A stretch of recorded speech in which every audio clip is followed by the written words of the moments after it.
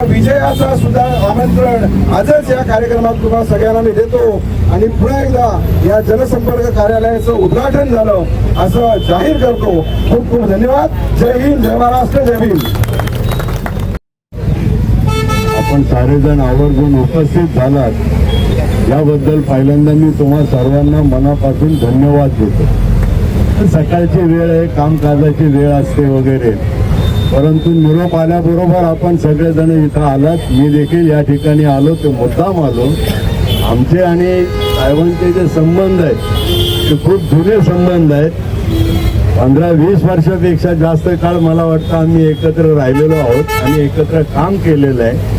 अतिशय सज्जन माणूस, कामाची धडाडी असलेला माणूस, एखादी गोष्ट ठरवल्यानंतर ती पूर्ण करायचीच ही त्यांची जबरदस्त अशी एक भावना असलेला माणूस.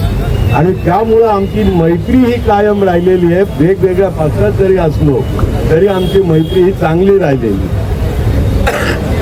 मी त्यांना सांगितलेलं आहे की लवकरच या ठिकाणी आमच्या पक्षाचे नेते रामदासजी आठवले यांची देखील आपण सभा लावू आणि त्यांचा देखील या ठिकाणी आपण उपयोग करून घेऊ. त्यांचा देखील आशीर्वाद आपण या ठिकाणी घेऊ.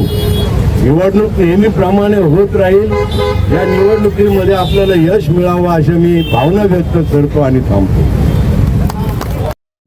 निवडणूक कार्याचं उद्घाटन करण्यासाठी आमचे वरिष्ठ नेते मार्गदर्शक अविनाश मातेकरजी, आमचे लाडके आमदार सदाराम कातेजी, आमचे जिल्हाध्यक्ष नीरज उबारेजी आणि सर्व शाखा प्रमुख, वार्डाध्यक्ष, सर्व प्रतिष्ठित कार्यकर्ते, याचे नागरिक हे या ठिकाणी कालच्या एका निरोपाने साहेब सगळेजण एकत्र आले.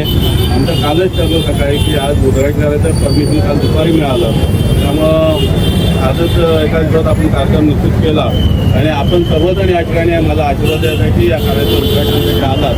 मी मनापासून भारतीय जनता पार्टीच्या वतीनं आणि माझ्या सर्वांचे आभार व्यक्त करतो आणि आपला आशीर्वाद असाच माझ्या पाठीशी कायम राहो ही अपेक्षा व्यक्त करतो आणि माझ्या सर्व कार्यकर्त्यांना, पदाधिकाऱ्यांना खूप खूप धन्यवाद देतो की आपण उद्यापासूनच पदयात्रा आणि सर्व कार्यक्रम चालू करतोय. आपल्याला सगळ्यांना निमंत्रण मिळेल, कार्यक्रमाचे वेळापत्रक मिळेल. आपण सर्वांनी त्या कार्यक्रमात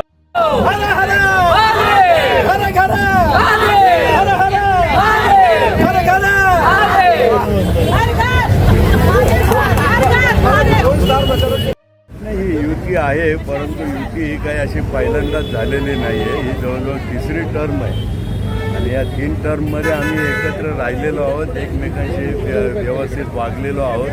त्यामुळे कुठल्याही प्रकारची अडचण आमच्या उमेदवारांना अजिबात नाही. एक आपली परंपरा म्हणून आपण या ठिकाणी निवडणुकीच्या ज्या काही प्रक्रिया असतात त्या प्रक्रिया पूर्ण करतो, एवढाच त्याचा अर्थ.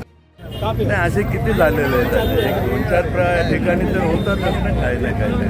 सगळं 100% आम्हालाच मिळतं असं नाही, थोडंफार जातं इकडे तिकडे, असं विशेष काय झालेलं नाही. आता परिस्थिती अशी आहे की भाषेचा विषय कोणीही करू नये.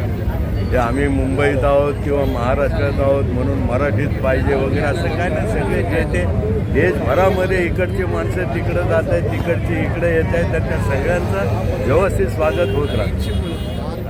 त्यांच्याविषयी आम्हाला आमचे जुने मित्र आहेत, अगदी खूप वर्षापासूनचे मित्र आहेत आणि आम्हाला अभिमान आहे की त्यांनी देखील एक त्यांचा जो विचार आहे तो विचार त्यांनी टिकवून ठेवलेला आहे.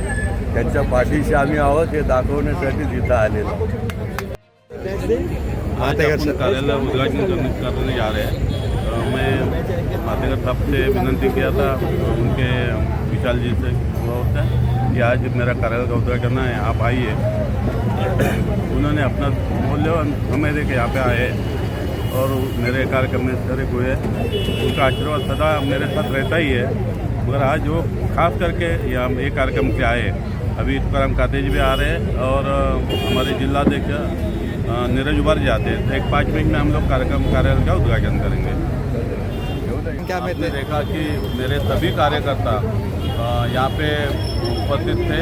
हमारे वरिष्ठ मेरे जो सहयोगी है, मेरे मार्गदर्शक है वल्लभ जी, इनका तो सहयोग रोज रहता है और आप देखेंगे कि ये कार्यालय के प्रमुख है और सवेरे 9 बजे ऑफिस में आते हैं, रात को 9 बजे घर जाते हैं। इतनी मेहनत ये उम्र में वो मेरे लिए करते हैं। इसके अलावा और क्या बोलूँ, सामने एक और बुजुर्ग खड़े हैं हमारे दुबे जी। देखिए मतलब इतने वरिष्ठों का हमको आशीर्वाद मिलता है, यही मेरे लिए बहुत है, यही मेरी जीत है। और आपने देखा होगा कि इतने कार्यकर्ता सवेरे 9 बजे से यहाँ खड़े थे। विनोद जी आने वाले थे, मगर हमारे एक वरिष्ठ नेता का देहांत हो गया, उसकी वजह से वो नहीं आ पाए। मगर आज सभी कार्यकर्ता को खुशी है, कार्यकर्ता मेरे साथ है। मैं सभी को फिर से एक बार धन्यवाद देता हूँ कि ये वो मेरे लिए अपना योगदान दे के काम करें।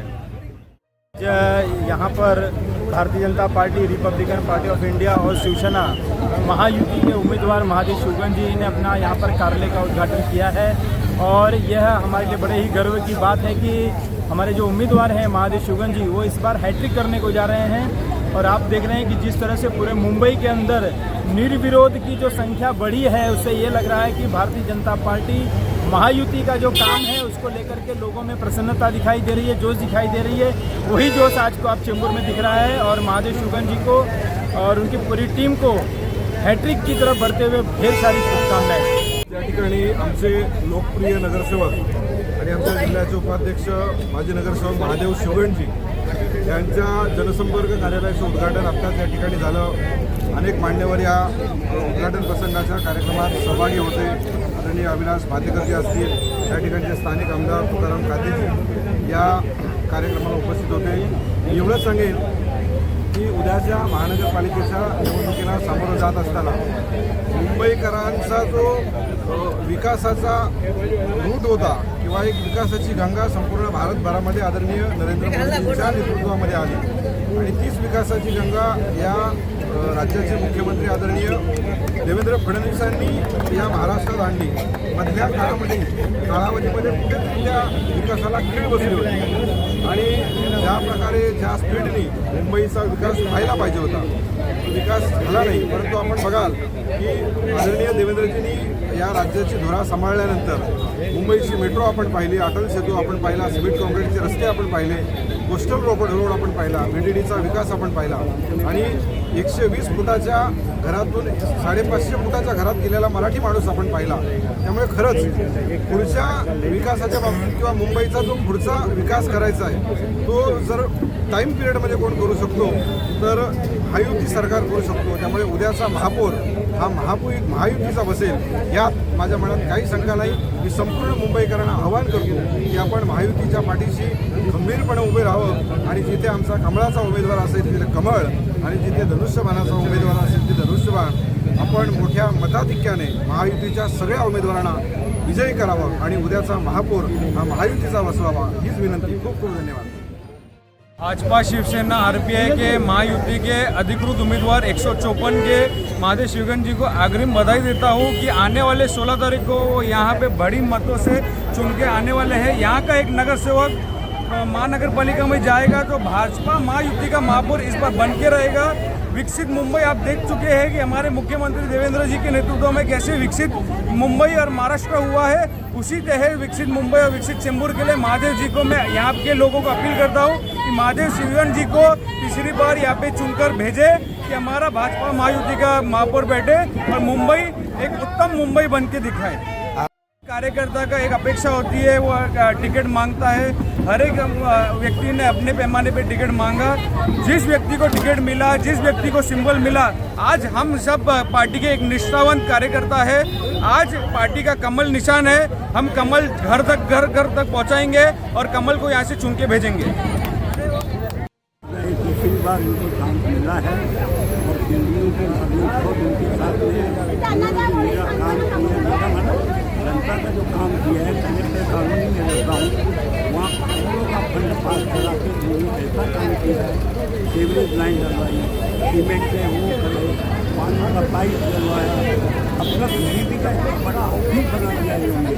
बहुत बढ़िया और भगवान है और जनता से भी हम अपील करेंगे कि आप सिर्फ महादेव शिवगन को ही वोट दीजिए और कोई इनके सामने टक्कर वाला नहीं है। ये हमारी शुभेच्छा है और हम लोग पूरी मेहनत और पूरी लगन से भारी से भारी मत से जिताएंगे। उनके लिए हम लोग रात दिन लगे हुए हैं और पिछला उनका टर्म जो था इतना उन्होंने उनका काम ही इतना हुआ है, किया हुआ है, तो उनकी जीत में कोई आशंका है ही नहीं। वो जीतने वाले हैं पक्का। साथ में हम लोग मेहनत करेंगे एकदम 16 तारीख को। जय श्री राम, जय श्री राम।